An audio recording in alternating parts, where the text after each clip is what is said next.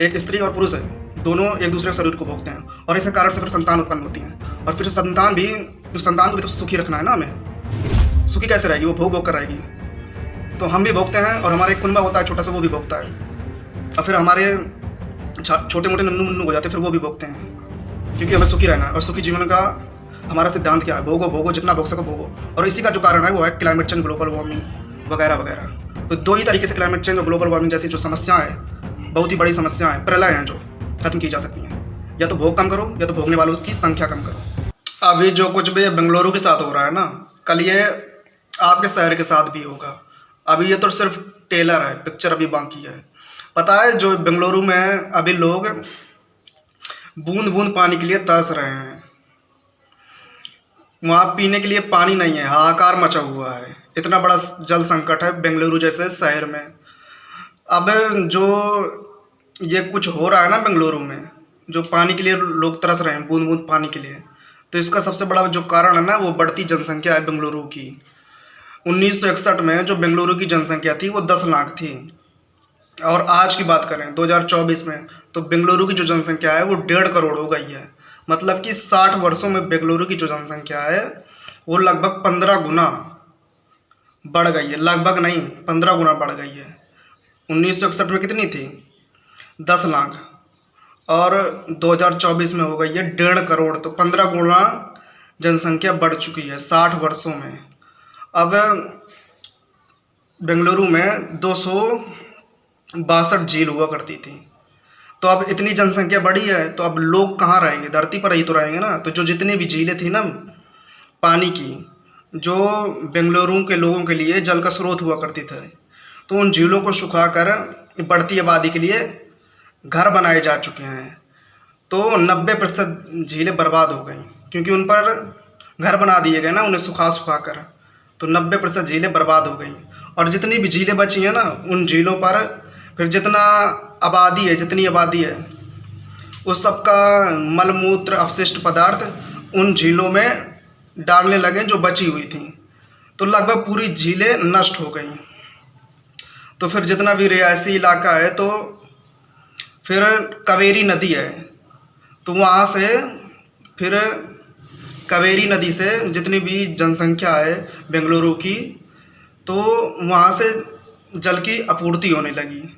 और 14,000 बोरवेल थे, तो 14,000 बोरवेल से 7,000 बोरवेल सूख गए। और 2023 में जो बारिश हुई थी ना बेंगलुरु में, सामान्य बारिश से लगभग आधी हुई थी, तो जिससे कावेरी नदी का भी जो जल स्तर है ना वो बिल्कुल सूख गया। और 14,000 बोरवेल थे, जिनमें से 7,000 लगभग आधे बोरवेल, लगभग आधे नहीं, आधे ही बोरवेल सूख गए। तो जिससे कि कावेरी नदी का भी जल स्तर गिर गया, और जितना भी शहर था तो उसका भी जल स्तर गिर गया। तो फिर नतीजा क्या निकला? हाहाकार मची है। लोग बूंद बूंद पानी के लिए तरस रहे हैं। 5 गुना 10 गुना दामों से टैंकर मंगाए जा रहे हैं। लोग मॉल जा रहे हैं नहाने के लिए, शौच के लिए। और कोई अगर पीने का पानी ज़्यादा इस्तेमाल कर रहा है तो जुर्माना लगाया जा रहा है। तो ऐसे परिणाम देखने को मिल रहे हैं। और सब ये जो कारण है ना, ये बढ़ती जनसंख्या है।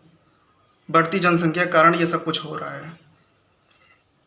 क्लाइमेट चेंज और जो ये बढ़ती आबादी और सूखती नदियाँ, कटते जंगल, इन्हें समस्याएं बोलना ना बहुत बड़ी भूल है। ये समस्याएं नहीं है, प्रलय हैं। अगर क्लाइमेट चेंज और जो ग्लोबल वार्मिंग है, इन समस्याओं को सिर्फ और सिर्फ 2 ही तरीके से ख़त्म किया जा सकता है।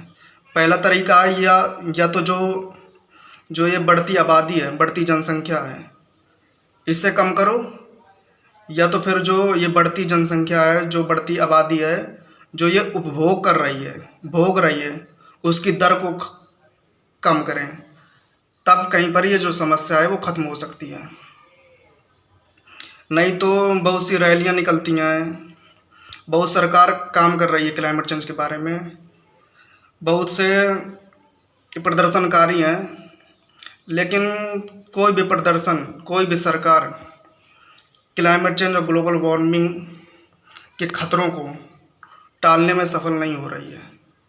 जो क्लाइमेट चेंज है ना, ग्लोबल वार्मिंग है, ये एक आध्यात्मिक समस्या है। आध्यात्मिक समस्या, ये इंसान की आंतरिक वृत्ति से जुड़ी हुई समस्या है। जैसे कि इंसान की जो आंतरिक वृत्ति है ना, कि वो गलत फहमी में रहता है, वो सुख ढूंढता है। सुख ढूंढना गलत बात नहीं है, लेकिन हम गलत जगह पर सुख ढूंढते हैं। हमें ये चीज़ मिल जाए, वो चीज़ मिल जाए, इसे भोग लो, उसे भोग लूँ तो मुझे सुख मिल जाएगा।